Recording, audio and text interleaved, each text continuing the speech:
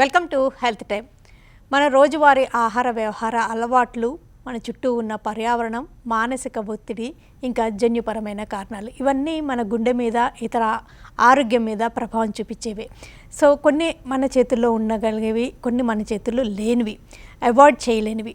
అయితే రోజువారీ అలవాట్లలో ఎలాంటి చేంజెస్ చేసుకుంటే మంచిది? వ్యాయామం, ఎక్సర్సైజ్, ఫిజికల్ యాక్టివిటీస్ అనేవి గుండె మీద ఎలాంటి ప్రభావం చూపిస్తాయి? అందరూ ఫిజికల్గా యాక్టివ్గా ఉండవచ్చా? ఎక్సర్సైజెస్ చేయొచ్చా? యోగా లాంటివి చేయొచ్చా? ఎప్పుడైనా హార్ట్ ప్రాబ్లమ్స్ ఉన్న వాళ్ళకి ఎప్పుడైనా నో అని చెప్పే సందర్భాలు ఉంటూ ఉంటాయా?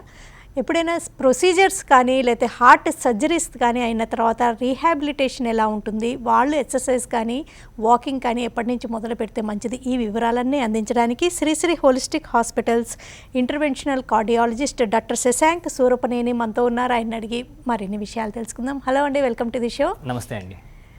ఈ ఎక్సర్సైజ్ హార్ట్ గురించి కొంచెం డిస్కస్ చేస్తే అండి, కొంతమందికి బీపీ ఉన్నప్పుడు ఇంకొంచెం ఎక్సర్సైజ్ చేస్తే బీపీ పెరుగుతుందేమో అని ఒక భయం ఉంటుందండి. దాని గురించి మీరు ఏమంటారు? సో ఎప్పుడైనా సరే బ్లడ్ ప్రెషర్ అనేది ఉంటే దాంతో ఎక్సర్సైజ్ చేస్తే పైన అంటే 120/80 అంటాం కదా, పైన ఉన్న బీపీని సిస్టోలిక్ బీపీ అంటాం. ఆ బ్లడ్ ప్రెషర్ అనేది పెరిగిద్ది, కానీ కింద 80 అనే బీపీ తగ్గిద్ది. సో వాకింగ్ కానీ ఎక్సర్సైజ్ ఏం చేసినా, సైక్లింగ్ కానీ చేస్తే అలా ఉంటుంది. లేదు మీరు కనుక ఏమన్నా జిమ్లో వర్కౌట్, డంబెల్స్ కానీ అలాంటివి చేస్తే పైన సిస్టోలిక్ బ్లడ్ ప్రెషర్ 120, కింద 80 రెండు పెరుగుతాయి. కాకపోతే ఆ పెరగటం అనేది తాత్కాలికం.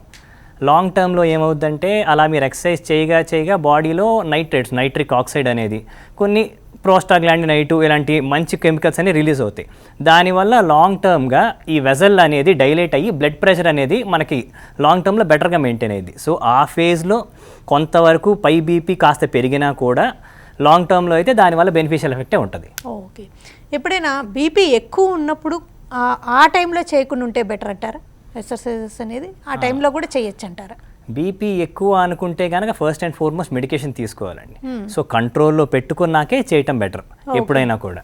ఓకే, కంట్రోల్కి వచ్చాకనే చేయడం బెటర్. బీపీ అనేది ఎక్కువ వెళ్తే అంటే పైనది 180, కిందది 110 వెళ్ళిందంటే కనుక హైపర్ టెన్సివ్ అర్జెన్సీ అంటాం. ఆ ఫేజ్లో ఉంటే మనకు హార్ట్ అటాక్ కానీ, బ్రెయిన్ స్ట్రోక్ కానీ ఇలాంటి వచ్చే రిస్క్ అనేది బాగా పెరిగిపోద్ది. సో అలాంటి వాళ్ళైతే ఎట్టి పరిస్థితుల్లో ఇంకా చేయకూడదు ఎక్సర్సైజ్. సో ఫస్ట్ కంట్రోల్లోకి తెచ్చుకున్నాకే స్టార్ట్ చేయడం ఐడియల్, ఉత్తమం. హార్ట్కి అసలు ఏ విధమైన ఎక్సర్సైజెస్ మంచివి అంటారంటే, కొన్ని రకాల ఎక్సర్సైజెస్ గుండెకి పర్టికులర్గా మంచివని యోగాలో కానీ కొన్ని చెప్తారు. అసలు మీరు ఒక కార్డియాలజిస్ట్గా ఏం చేస్తే మంచిదంటారు?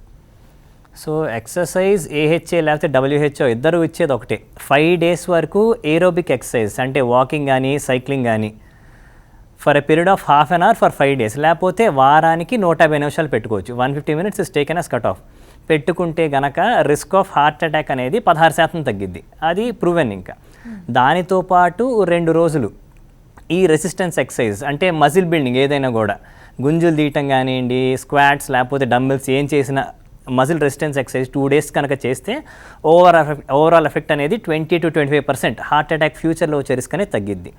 అది కాకుండా వాకింగ్ అనేది ఇందాక చెప్పినట్టు 5 days అరగంట కాకుండా గంట వరకు చేస్తే ఆ ఎఫెక్ట్ అనేది 20 to 25% పెరిగిద్ది. దానితో పాటు ఇంకా ఈ 2 days కూడా ఎక్సర్సైజ్ అంటే బేసికలీ 5 days వరకు 1 hour ఎక్సర్సైజ్ రోజు చేసి, వాకింగ్ అవన్నీ చేసి 2 days మళ్ళీ మనం ఇందాక అనుకున్నట్టు జిమ్ వర్కౌట్స్ కూడా చేస్తే 25 నుంచి 30% దాకా హార్ట్ అటాక్ తగ్గే రిస్క్ అయితే ఉంటుంది. ఓకే, కానీ ఇవి కూడా మోడరేట్గానే చేయడం ఇంపార్టెంట్ అంటారు. ఏదైనా ఓవర్ డూ అవ్వడం వల్ల కూడా అడ్వర్స్ ఎఫెక్ట్ ఉండే రిస్క్ ఉంటుంది అంటారా? గంటల తరబడి జిమ్లో స్పెండ్ చేశారు, లేకపోతే జాగింగ్ చేశారు, రన్నింగ్ చేశారు, వాటి వల్ల కూడా ఒక్కొక్కసారి కొలాప్స్ అవ్వడం చూస్తున్నాము. అంటే ఓవర్ డూ అనేది కూడా ఎప్పుడు మంచిది కాదంటారా? సో ఎక్సర్సైజ్లో 2 ఉంటాయండి, మోడరేట్ ఇంటెన్సిటీ, మీరు అన్నట్టు విగరస్ లేకపోతే ఎక్స్ట్రీమ్ ఎక్సర్సైజ్. మోడరేట్ ఇంటెన్సిటీ అంటే బై డెఫినేషన్ ఏంటంటే హార్ట్ రేట్ అనేది 50% పెంచిద్ది. అంటే ఇప్పుడు నా రెస్టింగ్, ఇప్పుడు కూర్చున్నప్పుడు నా హార్ట్ రేట్ 80 ఉంది, అది 120 దాకా వెళ్తే దాన్ని మోడరేట్ యాక్టివిటీ కింద తీసుకుంటాం. 120 to 136, 50 to 70% మ్యాక్సిమం. 70% కన్నా కనుక హార్ట్ రేట్ పెరిగిందంటే ఎక్స్ట్రీమ్ లేకపోతే విగరస్ ఎక్సర్సైజ్ అంటాం. So moderate actually vigorous exercise కూడా మంచిదే గుండెకి. కాకపోతే ఏంటంటే 10,000లో ఒకళ్ళకి మాత్రం సడన్గా హార్ట్లో చిన్న ప్లాగ్ కానీ అంటే బ్లాకేజ్ లాంటిది ఏమైనా ఉండి అది బర్స్ట్ అయ్యి హార్ట్ అటాక్ వచ్చే రిస్క్ ఉంటుంది. కాకపోతే రిస్క్ అనేది 10,000లో ఒక్కరికే వస్తుంది. అది ఎవరికి వస్తుందని చెప్పి ముందే బయట నుంచి చూసి మనం ప్రెడిక్ట్ చేయలేం. సో సేఫ్గా కావాలి అనుకుంటే కనుక డెఫినెట్లీ ఈ మోడరేట్ ఎక్సర్సైజ్ మీరు చెప్పినట్టు బెటర్. ఓకే, కానీ ఆన్ ది హోల్ గుండె కంటే వాకింగే బెటర్ అంటారా అన్నిటికంటే? వాకింగ్, జాగింగ్, సైక్లింగ్ ఏం చేసినా కూడా అంటే రాదర్ దాన్ వాకింగ్ అలా చేయటం కన్నా కూడా ఈ ఎండ్ పాయింట్ అంటే మన హార్ట్ రేట్ కానీ ఏమన్నా పెట్టుకోవటం ఐడియల్. అంటే వాకింగ్ ఒక 4 కిలోమీటర్లు ఆ స్పీడ్లో చేసినా కూడా హార్ట్కి అంత ఎఫెక్ట్ ఉండదు. సో ఈ హార్ట్ రేట్ అనేది ఇందాక నేను చెప్పినట్టు అట్లీస్ట్ 50% కన్నా ఎక్కువ ఉండాలి హార్ట్ రేట్ పెరగటం. సో అంటే ఒక యావరేజ్గా ఒక 40 ఏళ్ళు లోపల మనిషి ఉన్నారంటే కనుక ఆయన అరగంట వాక్ చేశారంటే ఆయన యావరేజ్ వాకింగ్ స్పీడ్ అనేది 6.5 కిలోమీటర్స్ పర్ అవర్ కన్నా ఎక్కువ ఉండాలి. అంటే ఆ రేంజ్లో ఉంటే హార్ట్ రేట్ 50% కన్నా ఎక్కువ ఉంటుంది అని చెప్పేసి. అంటే వాళ్ళకి తెలవాలి ఆ హార్ట్ బీట్ పెరిగినట్టుగా, అప్పుడే అంతే సరిగ్గా చేసినట్టు. అది మరి మానిటర్ చేసుకోలేమంటే కనుక అట్లీస్ట్ చెమటలు పట్టేదాకా ఎక్సర్సైజ్ చేయమని చెప్తాం, ఇంకా అర్థం కావటానికి అంత వేగంగా చేయండి అని చెప్పేసి. ఓకే. ఏదైనా హార్ట్ ప్రాబ్లం ఉన్న వాళ్ళకి, ఎప్పుడైనా హార్ట్ ఫెయిల్యూర్కి గురయ్యే వాళ్ళకి ఎప్పుడైనా ఎక్సర్సైజ్ నో అని చెప్పడం ఏమన్నా ఉంటుందంటారా? ఉంటుందండి. ఇప్పుడు డెఫినెట్లీ అంటే హార్ట్ ఫెయిల్యూర్లో మన ముందు వచ్చేది ఆయాసం బాగా ఎక్కువ వస్తూ ఉంటుంది. వాళ్ళే చెప్తూ ఉంటారు ఇంతకు ముందులా కాదు, నేను కొద్దిగా నడిచినా కూడా ఆయాసం వస్తుంది అని చెప్పేసి. వాళ్ళని నిదానంగా చేయమంటాం. అలా కాకుండా కొన్నిసార్లు హార్ట్ అటాక్ వచ్చిన వాళ్ళు చెప్తాం, ఇప్పుడు హార్ట్ అటాక్ వచ్చింది, నెక్స్ట్ ఇంకో రెండో బ్లాక్ కార్డ్ ఉంది, దానికి కూడా స్టెంట్ వేయాలి, ఒక 2 నెలలాగి చేద్దామని చెప్తా ఉంటాం మేము ముందే. అలా రెండో బ్లాక్ అలా ఉన్నాళ్ళైతే కాస్త విగరస్గా అయితే ఎక్సర్సైజ్ చేయొద్దని చెప్తాం. విగరస్గా ఎక్సర్సైజ్ చేయటం, లేకపోతే విగరస్గా ఒకేసారి 2-3 అంటే స్టేర్ కేసులు ఎక్కటం, మెట్లని ఎక్కువ ఎక్కటం, 5 కేజీల కన్నా బరువు ఎక్కువ ఎత్తటం, ఇలాంటివి చేయొద్దు అని చెప్తాం. ఓకే. మామూలుగా హార్ట్ స్క్రీనింగ్ టెస్ట్లో ఈసీజీ, ఎకో, తర్వాత ట్రెడ్మిల్, ఇంకా అవసరమైతే సిటీ స్కాన్స్ ఇవన్నీ వెళ్తుంటారు. ఈ ట్రెడ్మిల్లో కనుక వాళ్ళు టాలరెన్స్ ఉంది అంటే they are fit for doing exercises అని నిర్ధారించుకోవచ్చా? యా, డెఫినెట్లీ అండి. అంటే రీసెంట్గా ఒక స్టడీ కూడా వచ్చింది, 9 నిమిషాల కన్నా ఎక్కువ థ్రెడ్మిల్ చేశారు అంటే కనుక వాళ్ళ ఫిట్నెస్ లెవెల్ అంటే సేమ్ బ్లాక్ అంటే లోపల ఉండి 9 నిమిషాలు నడవగలిగిన వాళ్ళు, 9 నిమిషాలు నడవలేని వాళ్ళు ఇద్దరు ఉంటే కనుక ఆ 9 మినిట్స్ కన్నా ఎక్కువ నడిచిన వాళ్ళకి ఆ బ్లాక్ మళ్ళీ బర్స్ట్ అయ్యి ఒకేసారి గుండె రక్తనాళం మొత్తం మూసుకుపోయి పెద్ద రకం హార్ట్ అటాక్ వచ్చే రిస్క్ అనేది 30% తక్కువ ఉంటుంది. సో ఫస్ట్ అండ్ ఫార్మోస్ట్ అసలు నడవగలిగారు 9 మినిట్స్ కన్నా ఎక్కువ అంటే అది మంచి సైన్, దే క్యాన్ కంటిన్యూ. కానీ కొంతమంది క్లియర్గా చెప్తారు, మేము నడుస్తా అంటే కాస్త ఛాతీలో నొప్పి స్టార్ట్ అవుతుంది అని. అలా ఉంటే కనుక అది ఫస్ట్ సైన్ అండి, అంటే వచ్చి మనం నెక్స్ట్ చేసుకోవాల్సింది యాంజియోగ్రామ్ కానీ ఏమైనా చేసుకోవాల్సి వస్తుంది. Okay.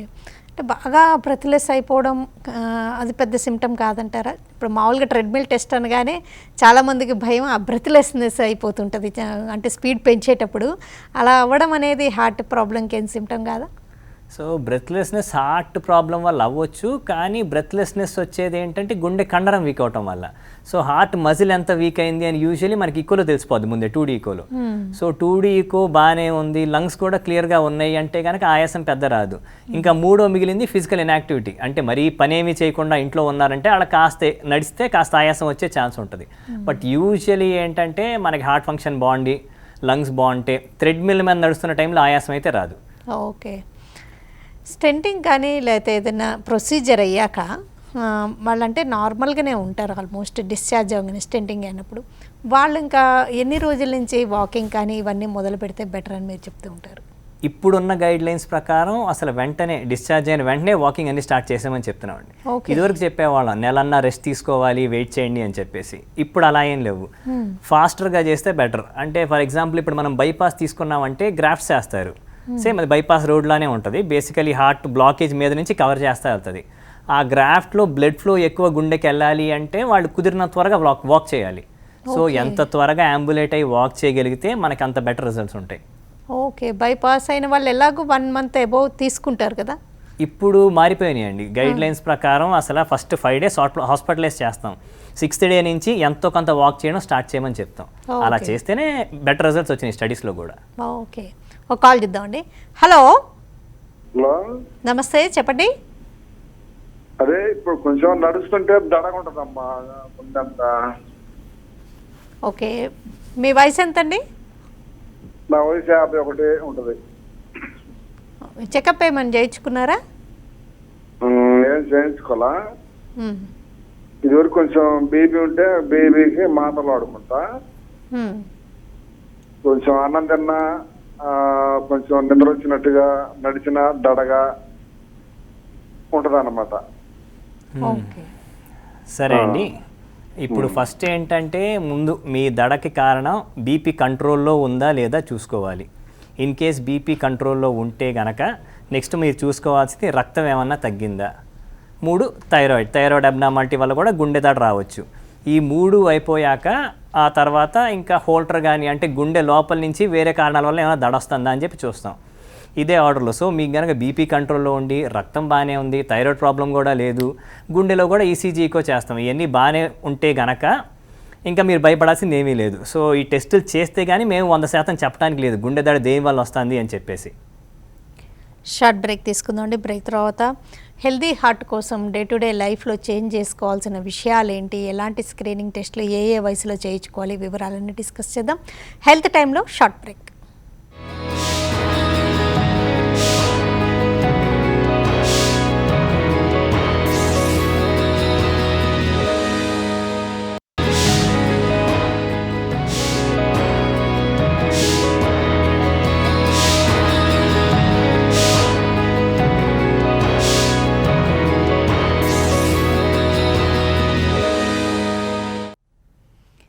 Welcome back to health time. Sri Sri holistic hospitals interventional cardiologist doctor Shashank Surapaneni మనతో ఉన్నారు. ఆయన అడిగి హెల్దీ హార్ట్ కోసం తీసుకోవాల్సిన జాగ్రత్తలు ఏంటి, ఎవరు తప్పనిసరిగా స్క్రీనింగ్ టెస్టులు చేయించుకోవాల్సి ఉంటుంది, వివరాలన్నీ డిస్కస్ చేస్తున్నాం.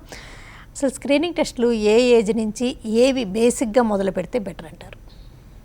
సో ఇప్పుడున్న రీసెర్చ్ అనాలిసిస్ ప్రకారం 18 years దాటగానే ఒకసారి కొలెస్ట్రాల్ టెస్ట్ అయితే చేయించుకోవాలి. ఎందుకంటే ఎంతోమంది ప్రీమెచ్యూర్ హార్ట్ అటాక్స్ అంటే 40 సంవత్సరాల కన్నా తక్కువ హార్ట్ అటాక్ వచ్చే వాళ్ళకి ఎస్పెషల్లీ ఈ కొలెస్ట్రాల్ అబ్నార్మాలిటీస్ అనేవి చాలా ఉంటాయి. సో 18 yearsకి అయితే ఇది నేషనల్ లిపిడాలజీ గైడ్లైన్స్లో కూడా ఇచ్చేశారు. అట్లీస్ట్ 18 years వయసు వచ్చాక ఒకసారి కొలెస్ట్రాల్ టెస్ట్ అయితే చేయించండి. ఆ తర్వాత 18 నుంచి 40 years మధ్యలో ఒకసారి ఎప్పుడైనా ఈసీజీ కానీ ఈకో కానీ చేయించాలి. అంటే లోపల ఏమన్నా గుండె కండరం ఏమన్నా వాపు ఉందా, కొన్ని ఉంటాయి కార్డియోమయోపతి అలాంటి జెనెటిక్గా వచ్చాయి, అవన్నీ మనకి చూస్తే తెలియటం కన్నా ముందే పట్టుకోగలిగితే నిజంగా సడన్ డెత్స్ అనే ఆపొచ్చు మనం. సో 40 సంవత్సరాల లోపల ఈసీజీ ఒకటి ఈకో ఒకటి. 40 ఏళ్ల తర్వాత స్ట్రాంగ్ ఫ్యామిలీ హిస్టరీ ఉంటే కనుక థ్రెడ్మిల్ సిటీ కాల్షియం స్కోర్ కూడా చెప్తాం. సిమ్టమ్స్ ఏం లేకపోయినా కూడా ఇవి 2 చేయించుకోవటం బెటర్ అని చెప్పేసి అవి 5 yearsకి ఒకసారి చేయించుకుంటూ ఉండటం బెటర్, ఇబ్బంది ఏమి లేకపోతే కనుక. 18 yearsకి అంటే నవడేస్ చైల్డ్హుడ్ ఒబేసిటీ ఎక్కువ చూస్తున్నాం. పిల్లల్లో కొలెస్ట్రాల్ లెవెల్స్ కూడా డెఫినెట్గా వాళ్ళు అంటే జంక్ ఫుడ్ ఎక్కువ ప్రిఫర్ చేస్తారు కాబట్టి చాలామంది పిల్లల్లో ఎక్కువనే చూస్తాం. ఏం చేయగలమంటారు ఒకవేళ కొలెస్ట్రాల్ లెవెల్స్, ట్రైగ్లిజరైడ్ లెవెల్స్ ఎక్కువ ఉన్నాయి అనుకోండి, ఆ టీనేజ్లోనే ట్రీట్మెంట్ మొదలు పెట్టాల్సి ఉంటుందా? ఏం సజెస్ట్ చేస్తారు? సో దానికి కూడా క్లియర్ గైడ్లైన్స్ ఉన్నాయండి. ఇప్పుడు కనుక మనకి ఎల్డిఎల్ అనే చెడు కొలెస్ట్రాల్ కనుక 190 కన్నా ఎక్కువ ఉంటే 40 ఏళ్ళ కన్నా లోపల డైరెక్ట్గా ట్రీట్మెంట్ స్టార్ట్ చేసామని చెప్పి గైడ్లైన్స్ వచ్చేసినాయి. సో మనకి 190 కన్నా ఎక్కువ ఉంటే వాళ్ళ పీర్స్ అంటే సేమ్ అదే ఏజ్తో ఉన్నవాడితో కంపేర్ చేస్తే కనుక 40% హార్ట్ అటాక్ వచ్చే రిస్క్ అయితే ఉంది. సో మనకి 40 years లోపల అయితే ఈ చెడు కొలెస్ట్రాల్ 190 కన్నా ఎక్కువ లేదా ట్రైగ్లిజరైడ్స్ అనేవి 350-400 కన్నా ఎక్కువ ఉంటే కనుక ట్రీట్మెంట్ స్టార్ట్ చేస్తాం. అట్లీస్ట్ ఒక హార్ట్ అటాక్ అనేది ప్రివెంట్ చేయొచ్చు దీని నుంచి ముందే స్టార్ట్ చేస్తే ట్రీట్మెంట్. ఓకే, ఈ స్ట్రెస్ అనేది ఎంత రోల్ ప్లే చేస్తుంది అంటారు? స్ట్రెస్ పడినప్పుడు చాలామందికి చెస్ట్లో టైట్నెస్ కూడా వస్తుంది, అది హార్ట్కి ఏమన్నా ప్రాబ్లమా అన్న భయం కూడా వస్తుంది ఆ టైంలో, తర్వాత మళ్ళీ మర్చిపోతూ ఉంటారు. అసలు స్ట్రెస్ వల్ల డైరెక్ట్గా హార్ట్ ప్రాబ్లమ్స్ ఇన్వాల్వ్డా? డెఫినెట్లీ అండి, స్ట్రెస్ వల్ల హార్ట్కి అయితే ఎఫెక్ట్ చాలా ఉంటుంది. సో ఎప్పుడైనా అక్యూట్ స్ట్రెస్లో కానీ ఏమైనా ఉన్నప్పుడు 2 హార్మోన్స్ రిలీజ్ అవుతాయి, కార్టిసాల్, ఎడ్రినల్. రెండిటి వల్ల ఒకటి హార్ట్ రేట్ పెరిగిద్ది, హార్ట్ వెజల్స్ అన్నీ సన్నబడతాయి, సో బ్లాకేజ్ ఛాన్స్ అనేది పెరిగిద్ది ఆటోమేటిక్గా. ఎప్పుడైనా స్ట్రెస్లో ఉంటే ఇది అయ్యి కొంతమందికి ఏంటంటే ఆ స్పాజం నుంచి అంటే ఆ ఫేజ్ నుంచి బయటికి వెళ్ళగానే కనుక బాగానే బయటకు వస్తారు. కొంతమందికి మాత్రం అక్యూట్ స్ట్రెస్లో ఉన్నప్పుడు ఆ బ్లాక్ అనేది ఏమన్నా రప్చర్ కానీ ఏమన్నా అయితే వెజల్ మొత్తం క్లోజ్ అయ్యి పెద్ద హార్ట్ అటాక్ రావడం అలా వచ్చే రిస్క్ ఉంటుంది. సో స్ట్రెస్కి అయితే 100% రోల్ అయితే ఉంది హార్ట్ డిసీజ్లో ఇవాళ ఉన్న సొసైటీలో. ఓకే, హార్ట్కి అంటే శ్రీశ్రీ హోలిస్టిక్ హాస్పిటల్స్లో హోలిస్టిక్ అప్రోచ్ అంటుంటారు కదా, హార్ట్కి ఏంటి హోలిస్టిక్ అప్రోచ్ ఏముందంటారు?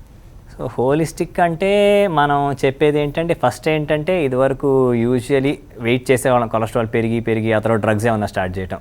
ఇప్పుడు ఏంటంటే దానికి ముందే స్టార్ట్ చేసాం. ఫస్ట్ అండ్ ఫార్మోస్ట్ డైట్ అండి. సో ఫుడ్ ఇంటేక్ ఎలా ఉండాలి మనకేంటంటే సింపుల్గా చెప్పాలంటే ఫస్ట్ ఈ సింపుల్ కార్బోహైడ్రేట్స్ అనేవి లేకపోతే రిఫైన్డ్ కార్బోహైడ్రేట్స్ కట్ డౌన్ చేయాలి. అవి దేనిలో ఉంటాయి? కామన్గా ఉండేది వైట్ బ్రెడ్ కానీ, వైట్ రైస్ కానీ, వైట్ పాస్తా కానీ వీటిలో కామన్గా ఉంటాయి. సో దాని బదులు ఆల్టర్నేటివ్గా బ్రౌన్ రైస్ కానీ, కీన్వా కానీ తీసుకోవటం, లేదా ఈ వైట్ బ్రెడ్ బదులు మల్టీగ్రెయిన్ బ్రెడ్ తీసుకోవటం, ఇవన్నీ ముందు యంగర్ ఏజ్లో 30-35 years అప్పుడే స్టార్ట్ చేస్తే కనుక రిస్క్ తగ్గించవచ్చు. అది కాకుండా ఆయిల్ ఇంటేక్ అనేది less than ½ litre per month అంటాం. నెలకి 1/2 లీటర్ కన్నా తక్కువ ఈ ఆయిల్ వాడినా పర్లా, less than ½ litre per month తీసుకోవటం. నెక్స్ట్ ప్రాసెస్డ్ ఫుడ్, మీరు చెప్పినట్టు జంక్ ఫుడ్ అవాయిడ్ చేయటం. కేకులు కానీ లైక్ చిప్స్ కానీ what ever junk food avoid చేయగలిగితే కనుక డెఫినెట్గా రిస్క్ ఉంటుంది. సెకండ్ ఎక్సర్సైజ్, ఇందాక మనం అనుకున్నట్టు టార్గెట్స్ అవి చూసుకుంటా స్టార్టింగ్లో ఒకసారి చూసుకుంటే కంటిన్యూ చేసేది సేమ్ ఎక్సర్సైజ్ రెగ్యులర్గా చేస్తూ ఉంటాం. ఇంకా ఇప్పుడు కొత్తగా వచ్చిన రిస్క్ ఫ్యాక్టర్స్ అయితే ఒకటి ఎయిర్ పొల్యూషన్ అండి. ఎయిర్ పొల్యూషన్కి అంటే దూరంగా ఉండటం కుదిరినంత బెటర్. సో అట్లీస్ట్ ఎయిర్ పొల్యూషన్లో బాగా ఎక్స్పోజ్ అవుతున్నాం అంటే కొన్ని ఏరియాస్ ఉంటాయి, ఢిల్లీ కానీ గౌహతి కానీ, అక్కడ ఉండేవాళ్ళు మనల్ని ఎవరున్నా కూడా వాళ్ళు పార్టికులేట్ మ్యాటర్ అలాంటివి ఎక్కువ పీల్చుకోవటం వల్ల ఈ కార్డియాక్ డిసీజ్ ఇప్పుడు పెరుగుతున్నాయి. వాళ్ళు కుదిరినంత వరకు ఈ పొల్యూషన్ వీటికి దూరంగా ఉండగలగటం అది చూసుకోవచ్చు. అవి కాకుండా స్లీప్ ఒకటి. స్లీప్లో ఏంటంటే అట్లీస్ట్ రోజుకి 6 నుంచి 8 గంటలు నిద్ర ఉండాలి. ఇప్పుడున్న స్టడీస్లో ఏంటంటే 5 గంటల కన్నా తక్కువ పడుకునే వాళ్ళకి ఆల్మోస్ట్ ఒక బీపీ పేషెంట్కి ఉన్న రిస్క్ సేమ్ ఉంటుంది హార్ట్ అటాక్ రావటంలో. సో స్లీప్ అనేది అంత ఇంపార్టెంట్ రోల్. ఫైనలీ స్ట్రెస్ ఇందాక అనుకున్నట్టు ఇవన్నీ మేనేజ్ చేసుకుంటే కనుక డెఫినెట్లీ హార్ట్ అటాక్ రిస్క్ అనేది డెఫినెట్గా కొంతవరకు తగ్గించగలం. ఓకే. బీపీ షుగర్ ఉన్న వాళ్ళు అంటే నవేడేస్ చాలా కామన్గా చూస్తున్నాం, ఈవెన్ 20స్లో కూడా ఉన్నారు. వాళ్ళు ఇంకా హార్ట్ స్క్రీనింగ్ టెస్ట్ల గురించి ఇంకా స్పెషల్ కేర్ ఏమైనా తీసుకోవాల్సి ఉంటుందా? ఇవే. సో ఫస్ట్ ఎప్పుడైనా మనం రాగానే చెప్పేస్తాం ఈసీజీ, ఈకో, థ్రెడ్మిల్, కొలెస్ట్రాల్, ఈ 4 అయితే చేయిస్తాం. ఎస్పెషల్లీ ఫ్యామిలీ హిస్టరీ ఏమైనా ఉంటే కనుక లైపోప్రోటీన్ ఏ లేకపోతే ఎపోబి ఇలాంటి టెస్టులు ఉంటాయి. ఇవి ఏంటంటే future risk of heart attack అని మనకి బెటర్గా చెప్తాయి. అవి ఉంటే కనుక మనం ముందు నుంచి జాగ్రత్తలు తీసుకోవటం అవి అయితే చేసుకోవచ్చు. లైపోప్రోటీన్ ఏ, ఎపోబి ఈ 2 ఎక్స్ట్రాగా చెప్తాం. ఏమైనా అడిషనల్ రిస్క్ ఫ్యాక్టర్స్ ఏమైనా ఉంటే అవి చేయిస్తే కొంతవరకు మనం ముందే కనిపెట్టవచ్చు. ముందు నుంచి ఇవన్నీ బాగానే ఉంటే కనుక 1 in 3 years అడ్వైస్ చేస్తామండి. ఓకే. సో లేదు మరీ కాస్త ఏమైనా కొలెస్ట్రాల్ అబ్నార్మల్గా ఉంది అంటే హై రేంజ్ అబ్నార్మాలిటీ అలా అనుకునే వాళ్ళకి 1 in 3 months 6 months చెప్తాం మేము కూడా. ఓకే. ఈ ఎయిర్ పొల్యూషన్తో పాటు ఈ సౌండ్ పొల్యూషన్ అనేది కూడా ఈ మధ్య చాలా ఎక్కువ అయిపోయింది కదండి, ఎక్స్పోజ్ కూడా అవుతున్నారు. ఇక ట్రాఫిక్లో ఉన్నప్పుడు తప్పనిసరి, అండ్ ఇంటి చుట్టూ ఈ ఫ్యాక్టరీస్ ఇట్లా ఉన్నవాళ్ళు, లేదా ఈ రోజుల్లో పార్టీస్ అనగానే సౌండే, ఏదైనా పెళ్ళైనా ఏదైనా ఒక అకేషన్ అనగానే చాలా విపరీతమైన సౌండ్ పొల్యూషన్కి ఎక్స్పోజ్ అవుతున్నారు. దాని ఎఫెక్ట్ ఎలా ఉంటుంది? ఆ టైంలో హార్ట్ బీట్ పెరిగినట్టుగా ఫీల్ అవ్వడం, ఇబ్బంది పడడం కూడా చూస్తుంటాం. మరి అది రియల్గా ఆ హార్ట్ మీద ఎఫెక్ట్ చూపించే రిస్క్ ఉంటుందా? ఉంటుందండి, కొంతవరకు ఉంటుంది. ఎస్పెషలీ అంటే ప్రూవెన్ థింగ్స్ ఏంటంటే సౌండ్తో అంటే ఈ మధ్య చూస్తూ ఉంటాం పేపర్లో అక్కడ కూడా కొంతమంది ఏదో పాటలు వింటున్నప్పుడు లేకపోతే గట్టిగా లౌడ్ మ్యూజిక్ పార్టీలు పడిపోయి కొలాప్స్ అయిపోయి కొన్ని చనిపోయిన వాళ్ళు కూడా ఉంటారు. వీనికి ఏంటంటే కొన్ని ఉంటాయి, అంటే టెక్నికలీ షార్ట్ క్యూటీ సిండ్రోమ్ అని చెప్పి ఒకటి ఉంటుంది. దానిలో ఏంటంటే ఈసీజీలో క్యూటీ అని చెప్పి ఉంటుంది, ఒక లైక్ అదో లెంగ్త్ చూస్తూ ఉంటాం హార్ట్ బీట్లోనే. ఆ ఇంటర్వెల్ అనేది కొంతమందికి పుట్టుక నుంచి తక్కువ ఉంటుంది. అలాంటి వాళ్ళు ఏంటంటే హై డెసిబల్ సౌండ్ వింటే కనుక ఒకేసారి గుండె దడ హార్ట్ అనేది 200 సార్లు అంత హైగా కొట్టుకుని డైరెక్ట్గా కొలాప్స్ అయిపోయి పడిపోయే రిస్క్ అయితే ఉంటుంది. సో అలా వచ్చినప్పుడు అక్కడికి చనిపోయే రిస్క్ కూడా ఉంటుంది.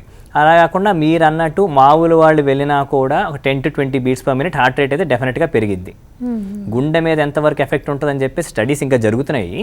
కాకపోతే డెఫినెట్లీ హార్ట్ బీట్ అయితే పెరిగిద్ది, అక్కడ దాకా అయితే కన్ఫర్మ్ అయిపోయింది. ఒక కాల్ చూద్దామండి. హలో హలో నమస్కారం డాక్టర్ గారు. నమస్తే అండి. డాక్టర్ గారు వింటున్నారు, చెప్పండి, మీకు వస్తున్న అడగండి. అమ్మా నాకు 7 years అవుతుందమ్మా, బైపాస్ సర్జరీ జరిగింది.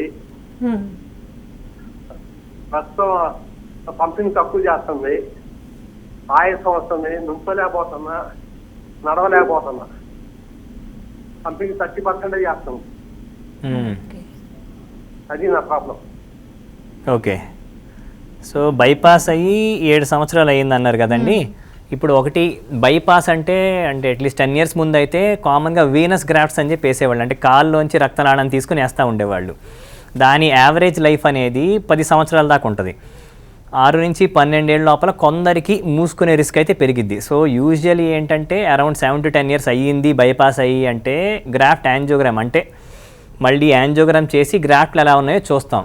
2 అది కాకుండా ఈ హార్ట్ మసిల్ వీక్ అవ్వటం అనడానికి మెడిసిన్స్ అయితే ఉన్నాయి, అవి పెంచుతాయని కాదు, ఫర్దర్ డిటీరియేట్ అవ్వకుండా ఆపుతాయి. ఏమవుతుందంటే వెళ్తున్న కొద్దీ హార్ట్ మసిల్ ఇంకా వీక్ అయిపోతూ ఉంటుంది. ఒకసారి హార్ట్ అటాక్ వచ్చాక ఇస్కెమిక్ కార్డియోమయోపతి అంటాం. అలా వీక్ అవుతుంటే లంగ్స్లోకి ఫ్లూయిడ్ అక్యుములేట్ అవుతూ ఉండి ఆయాసం రావటం ఇవన్నీ పెరుగుతూ ఉంటాయి. ఈ తగ్గటం కోసం అయితే మెడికేషన్ కాస్త పెంచుకుని సిమ్టమ్స్ అన్నీ ఆపుకోవాల్సిందే. అలా కాకుండా గ్రాఫ్ట్ మనం ఇందాక అనుకున్నట్టు మూసుకుపోతే మాత్రం ఓపెన్ చేస్తే డెఫినెట్గా రిలీఫ్ అయితే వస్తుంది. సో ఒకసారి అయితే మీరు వెళ్ళి దగ్గరలో కార్డియాలజిస్ట్ చూపించండి. వాళ్ళు ఒకసారి మళ్ళీ ఈకో చేసుకుని ఎక్స్రే చేసుకుని గ్రాఫ్ట్ అండ్ మళ్ళీ యాంజియోగ్రామ్ కూడా చేసి చూస్తారు. గుండెకి వెళ్ళి గ్రాఫ్ట్స్ ఇవన్నీ ఎలా ఉన్నాయి, మళ్ళీ దానికి యాంజియోగ్రామ్ చేస్తే అంటే దానికి ఏమన్నా చేయగలిగితే ఏమన్నా బెటర్ ఉందా అని చెప్పి వాళ్ళే చెప్తారండి. ఒకవేళ అవసరమైతే వీళ్ళకి అప్పుడు స్టెంట్స్ పెట్టడం సాధ్యమేనా బైపాస్ సర్జరీ అయిన తర్వాత? సాధ్యం అండి. గ్రాఫ్ట్ యాంజియోప్లాస్టీ అని చెప్పి ఇప్పుడు రొటీన్గానే అవుతున్నాయి. సో వేసిన గ్రాఫ్ట్లో కూడా స్టెంట్ వేసుకోవచ్చు మళ్ళీ మూసుకున్న చోట. ఓకే, కాల్ చూద్దామండి. హలో హలో హలో ఉమెన్ గురించి పర్టికులర్గా హార్ట్ ప్రాబ్లమ్స్ వాళ్ళకి కొంచెం అంటే కొంచెం కొద్దిగా మెంతో కంపేర్ చేస్తే తక్కువే, ఇప్పుడు స్టిల్ పెద్ద గ్యాప్ కూడా లేదు. కానీ వాళ్ళలో కొంచెం ప్రాబ్లమ్స్ వస్తే మాత్రం మెన్ కంటే ఎక్కువగా సఫర్ అవ్వడం అనేది ఎక్కువగా చూస్తుంటామండి. వాళ్ళకి పర్టికులర్గా ఏం చెప్తూ ఉంటారు? ఇదివరకు అయితే అట్లీస్ట్ 2010-15 అప్పుడు దాకా ఉండేది. అంటే 50 ఏళ్ళ దాకా ఉమెన్ ఆర్ ప్రొటెక్టెడ్. అసలు హార్ట్ అటాక్ అనేది వచ్చిందంటే కనుక అసలు అంటే ఏమన్నా వేరే కాజ్ ఉందా అని చెప్పి ఎదుగుతూ ఉండేవాళ్ళు. ఇప్పుడు ఏంటంటే రిలేటివ్లీ కాస్త కామన్ అవుతున్నాయి. లెస్ దాన్ 50 years కూడా అక్కడక్కడ చూస్తున్నాం. దానికి ప్రధాన కారణం ఇవే అండి. అంటే స్ట్రెస్వర్స్ పెరిగిపోవటం, లైఫ్ స్టైల్ చేంజెస్ బేసికలీ వీటి వల్లే వస్తుంది. రెండు, వాళ్ళలో ఏంటి అంటే స్పెసిఫిక్గా ఉండదు. ఇప్పుడు మెన్కి టిపికల్గా చెప్తారు, సార్ ఛాతీ మధ్యలో వచ్చింది, స్వెట్టింగ్ వచ్చి ఆయాసం వచ్చింది, చెమటలు పట్టినాయి, ఇవన్నీ స్టార్ట్ అయినాయి హార్ట్ అటాక్ రంగానే అని. అమ్మాయిలు ఎలా ఉంటుందంటే నాన్ స్పెసిఫిక్గా ఉంటుంది. ముందు అనుకున్నట్టు దవడ దగ్గర నుంచి కింద బొడ్డు రీజన్ దాకా ఎక్కడైనా నొప్పి చెప్తారు. సో వాళ్ళకి ముందు హార్ట్ అటాక్ రూల్ అవుట్ చేసుకోవాలి. స్టెంట్ వేసాక కూడా మైక్రోవాస్కులర్ డిసీజ్ అంటారు. అంటే ఏంటంటే గుండెలోనే ఉన్న రక్తనాళాలు చిన్నగా ఉంటాయి కింద పోర్షన్లో. ఆ బ్లాకేజ్ అనేది అమ్మాయిల్లో ఎక్కువ, అబ్బాయిల కన్నా కూడా.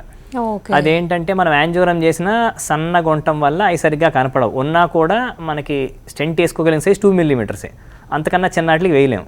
సో దానిలో డిసీజ్ ఉన్నా కూడా మెడిసిన్స్ మీద మేనేజ్ చేయటమే. సో కొంతమంది ఫీమేల్స్ ఇలా ఎస్పెషలీ మైక్రోవాస్కులర్ డిసీజ్ ఇలా రక్తనాళాలు చిన్నగా అయిపోయి ఉన్నాళ్ళు వాళ్ళు చెప్తూ ఉంటారు, నొప్పి పర్సిస్ట్ అవుతుంది, ఇంకా కంటిన్యూ అవుతుంది అని చెప్పేసి. వాళ్ళకి మెడిసిన్స్ కాస్త డోసేజ్ పెట్టుకుని మెయింటైన్ చేయాల్సిందే. ఓకేనండి. డాక్టర్ శశాంక్ గారు హార్ట్ కేర్ ఎలా తీసుకోవాలి, ఎవరు ఇంకా ఎక్స్ట్రా కేర్ తీసుకోవాల్సి ఉంటుంది, అంటే డే టు డే లైఫ్లో ఎలాంటి చేంజెస్ తప్పనిసరి ఎక్సర్సైజెస్ లాంటివి ఎలాంటి మేజర్ రోల్స్ ప్లే చేస్తూ ఉంటాయి, అండ్ ఒకసారి ప్రాబ్లం ఉన్న వాళ్ళు ఇంకా స్క్రీనింగ్ టెస్టులు కానీ ఇలాంటివి ఎలాగా ఎంత ఫ్రీక్వెంట్గా చేయించుకుంటే మంచిది, వాటిలో ఇంపార్టెన్స్ ఏంటి తెలియజేసినందుకు థ్యాంక్స్ ఎలాట్ అండి. థ్యాంక్ యూ అండి. ఇది వాళ్ళ health time. Keep watching TV5.